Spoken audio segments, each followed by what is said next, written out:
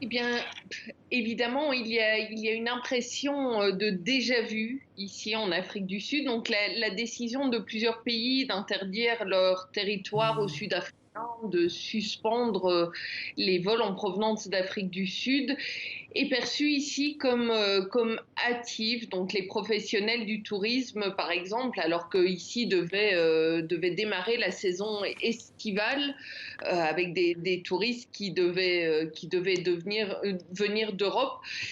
Eh bien, cette saison estivale est évidemment compromise alors que l'économie sud-africaine a déjà souffert énormément des mesures mises en place par rapport à la pandémie.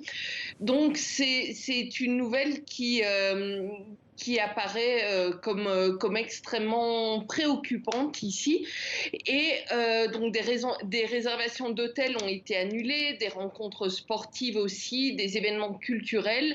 Et puis, il y a des répercussions sur la situation ici dans le pays, localement. Donc, le nombre de cas a explosé en moins d'une semaine. On était à une centaine de cas il y a encore une semaine et aujourd'hui on est à plus de 2000.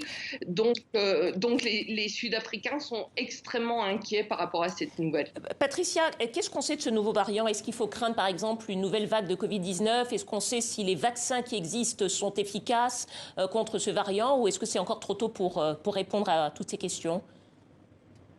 Eh bien pour le moment, on ne sait pas si ce variant est plus contagieux, d'où il vient exactement. Ce qui est sûr, c'est qu'il a été identifié ici en Afrique du Sud parce que les laboratoires sud-africains travaillent énormément sur la provenance des différents variants. On ne sait pas non plus si ce variant va va être résistant aux différents vaccins qui sont mis en place.